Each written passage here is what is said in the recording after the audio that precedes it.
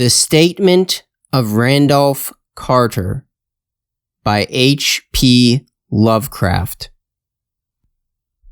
I repeat to you, gentlemen, that your inquisition is fruitless. Detain me here forever, if you will. Confine or execute me, if you must have a victim to propitiate the illusion you call justice. But I can say no more than I have said already. Everything that I can remember, I have told with perfect candor.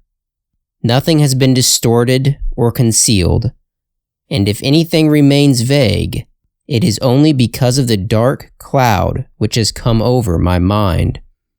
That cloud and the nebulous nature of the horrors which brought it upon me. Again I say, I do not know what has become of Harley Warren, though I think, almost hope, that he is in peaceful oblivion, if there be anywhere so blessed a thing. It is true that I have for 5 years been his closest friend, and a partial sharer of his terrible researches into the unknown.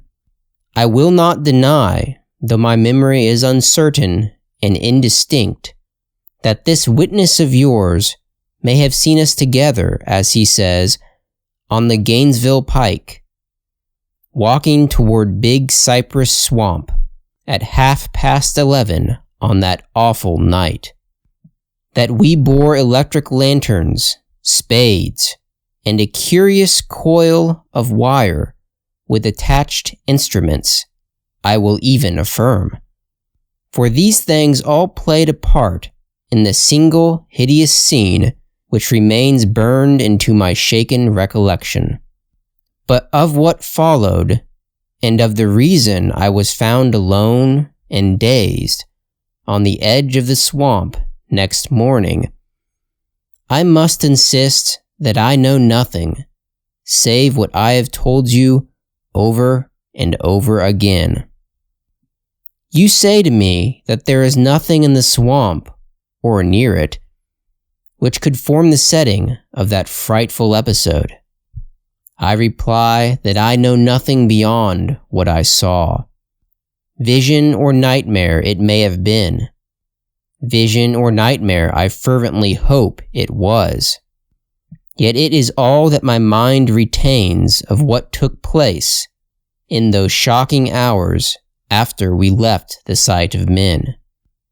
And why Harley Warren did not return, he or his shade, or some nameless thing I cannot describe, alone can tell. As I have said before, the weird studies of Harley Warren were well known to me, and to some extent shared by me. Of his vast collection of strange, rare books on forbidden subjects, I have read all that are written in the languages of which I am master. But these are few as compared with those in languages I cannot understand. Most, I believe, are in Arabic, and the fiend-inspired book which brought on the end, the book which he carried in his pocket out of the world, was written in characters whose like I never saw elsewhere. Warren would never tell me just what was in that book. As to the nature of our studies, must I say again that I no longer retain full comprehension? It seems to me rather merciful that I do not, for they were terrible studies, which I pursued more through reluctant fascination than through actual inclination. Warren always dominated me, and sometimes I feared him. I remember how I shuddered at his facial expression on the night before the awful happening, when he talked so incessantly of his theory, why certain corpses never decay, but rest firm and fat in their tombs for 1,000 years. But I do not fear him now, for I suspect that he has known horrors beyond my kin. Now, I fear for him. Once more I say that I have no clear idea of our object on that night. Certainly, it had much to do with something in the book which Warren carried with him. That ancient book in undecipherable characters which had come to him from India a month before. But I swear I do not know what it was that we expected to find. Your witness says he saw us at 11:30 on the Gainesville Pike, headed for Big Cypress Swamp. This is probably true, but I have no distinct memory of it. The picture seared into my soul is of one scene only, and the hour must have been long after midnight, for a waning crescent moon was high in the vaporous heavens. The place was an ancient cemetery, so ancient that I trembled at the manifold signs of immemorial years. It was in a deep, damp hollow, overgrown with rank grass, moss, and curious creeping weeds, and filled with a vague stench which my idle fancy associated absurdly with rotting stone. On every hand were the signs of neglect and decrepitude, and I seemed haunted by the notion that Warren and I were the first living creatures to invade a lethal silence of centuries. Over the valley's rim, a wan, waning crescent moon peered through the noisome vapors that seemed to emanate from unheard-of catacombs, and by its feeble, wavering beams, I could distinguish a repellent array of antique slabs, urns, cenotaphs, and mausolean facades, all crumbling, moss-grown, and moisture-stained, and partly concealed by the gross luxuriance of the unhealthy vegetation. My first vivid impression of my own presence in this terrible necropolis concerns the act of pausing with Warren before a certain half-obliterated sepulchre, and of throwing down some burdens which we seemed to have been carrying. I now observed that I had with me an electric lantern and 2 spades, whilst my companion was supplied with a similar lantern and a portable telephone outfit. No word was uttered, for the spot and the task seemed known to us, and without delay we seized our spades and commenced to clear away the grass, weeds, and drifted earth from the flat, archaic mortuary. After uncovering the entire surface, which consisted of 3 immense granite slabs, we stepped back some distance to survey the charnel scene, and Warren appeared to make some mental calculations. Then he returned to the sepulchre, and using his spade as a lever, sought to pry up the slab lying nearest to a stony ruin which may have been a monument in its day. He did not succeed, and motioned to me to come to his assistance. Finally, our combined strength loosened the stone, which we raised and tipped to one side. The removal of the slab revealed a black aperture from which rushed an effluence of miasmal gases so nauseous that we started back in horror. After an interval, however, we approached the pit again and found the exhalations less unbearable. Our lanterns disclosed the top of a flight of stone steps, dripping with some detestable ichor of the inner earth, and bordered by moist walls encrusted with niter. And now, for the first time, my memory records verbal discourse, Warren addressing me at length in his mellow tenor voice, a voice singularly unperturbed by our awesome surroundings. "I'm sorry to have to ask you to stay on the surface," he said, "but it would be a crime to let anyone with your frail nerves go down there. You can't imagine, even from what you have read and from what I've told you, the things I shall have to see and do.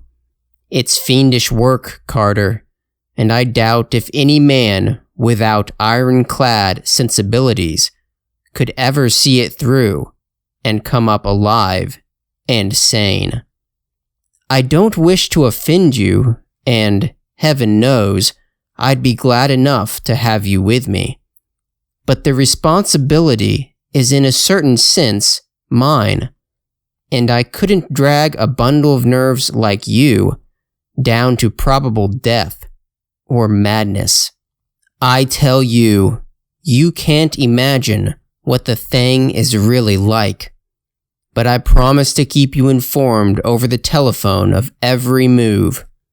You see, I've enough wire here to reach to the center of the earth and back.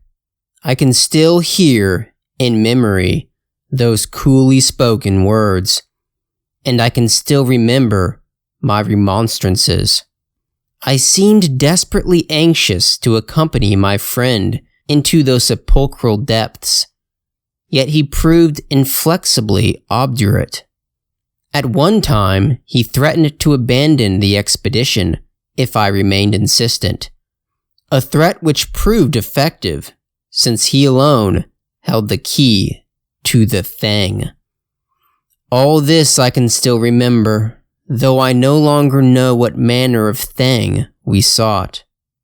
After he had secured my reluctant acquiescence in his design, Warren picked up the reel of wire and adjusted the instruments.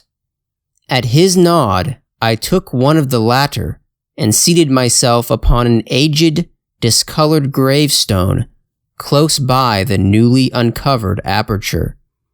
Then he shook my hand, shouldered the coil of wire, and disappeared within that indescribable ossuary. For a moment I kept sight of the glow of his lantern and heard the rustle of the wire as he laid it down after him. But the glow soon disappeared abruptly, as if a turn in the stone staircase had been encountered, and the sound died away almost as quickly. I was alone, yet bound to the unknown depths by those magic strands whose insulated surface lay green beneath the struggling beams of that waning crescent moon. In the lone silence of that hoary and deserted city of the dead, my mind conceived the most ghastly fantasies and illusions, and the grotesque shrines and monoliths seemed to assume a hideous personality, a half-sentience.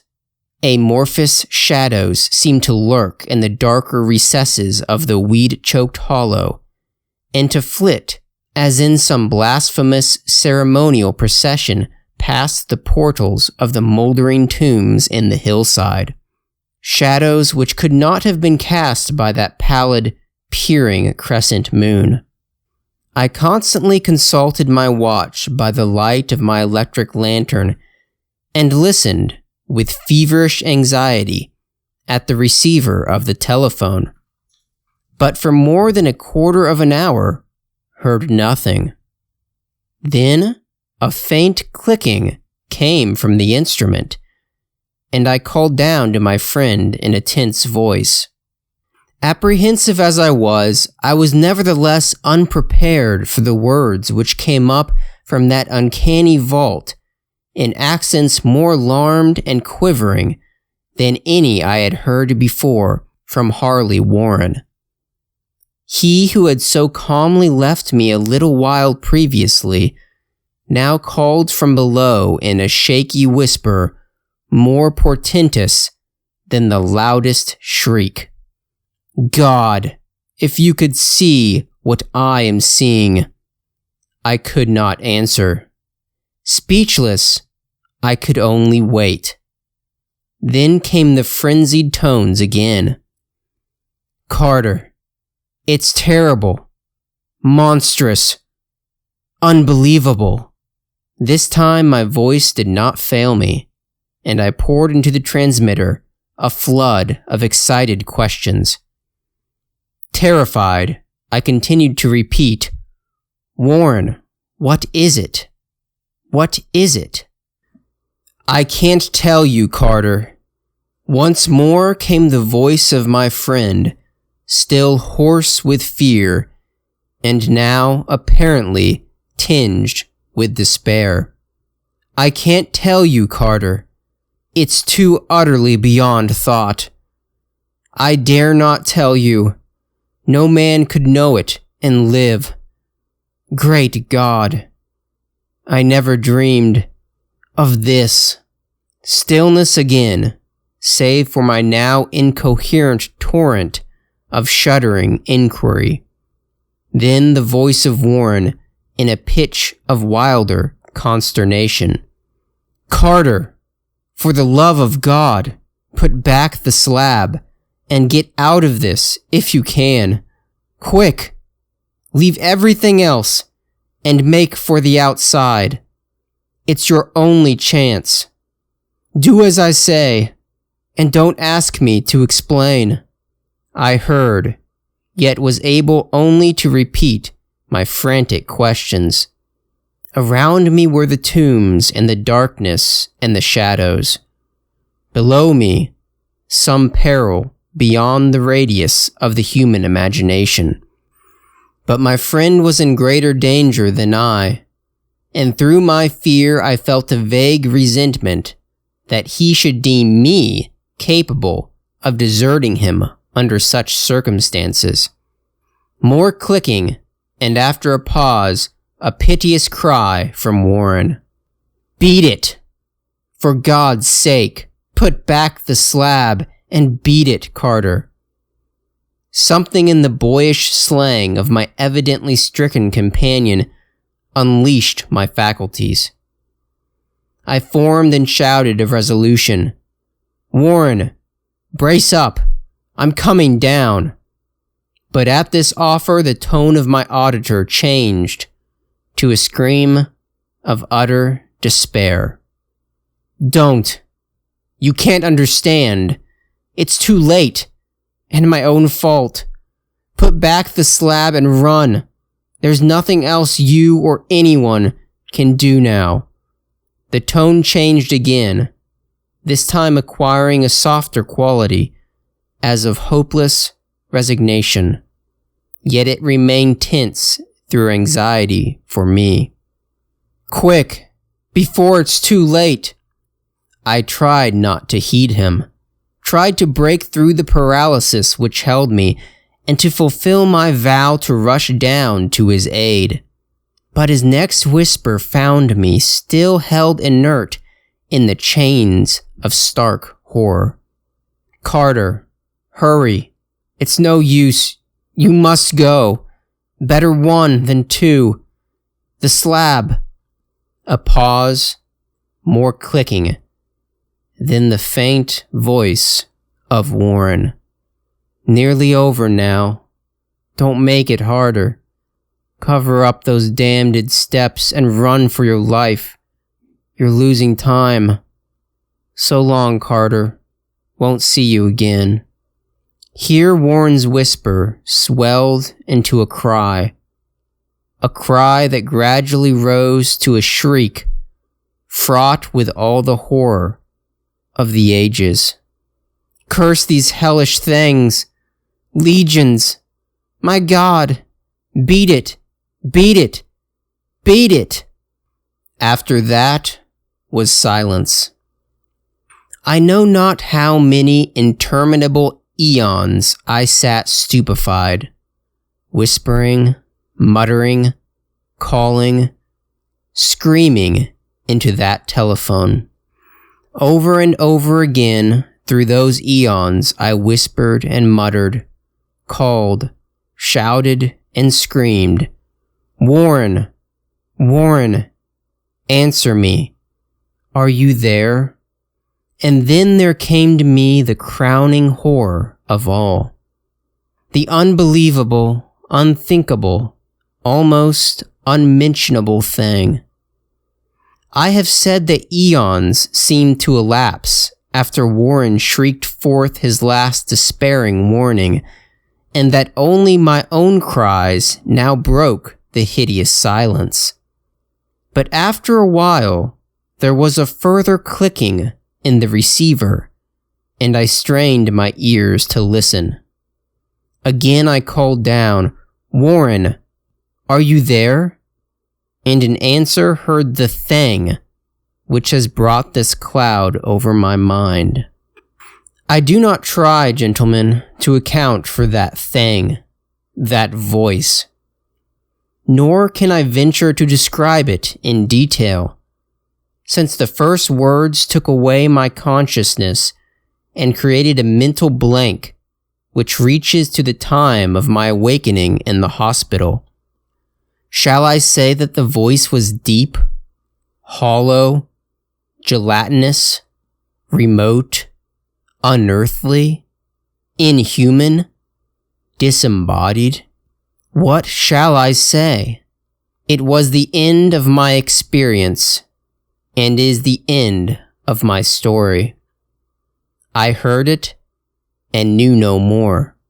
Heard it as I sat petrified in that unknown cemetery in the hollow, amidst the crumbling stones and the falling tombs, the rank vegetation and the miasmal vapors. Heard it well up from the innermost depths of that damnable open sepulchre as I watched amorphous, necrophagous shadows dance beneath an accursed waning moon. And this is what it said. "You fool! Warren is dead."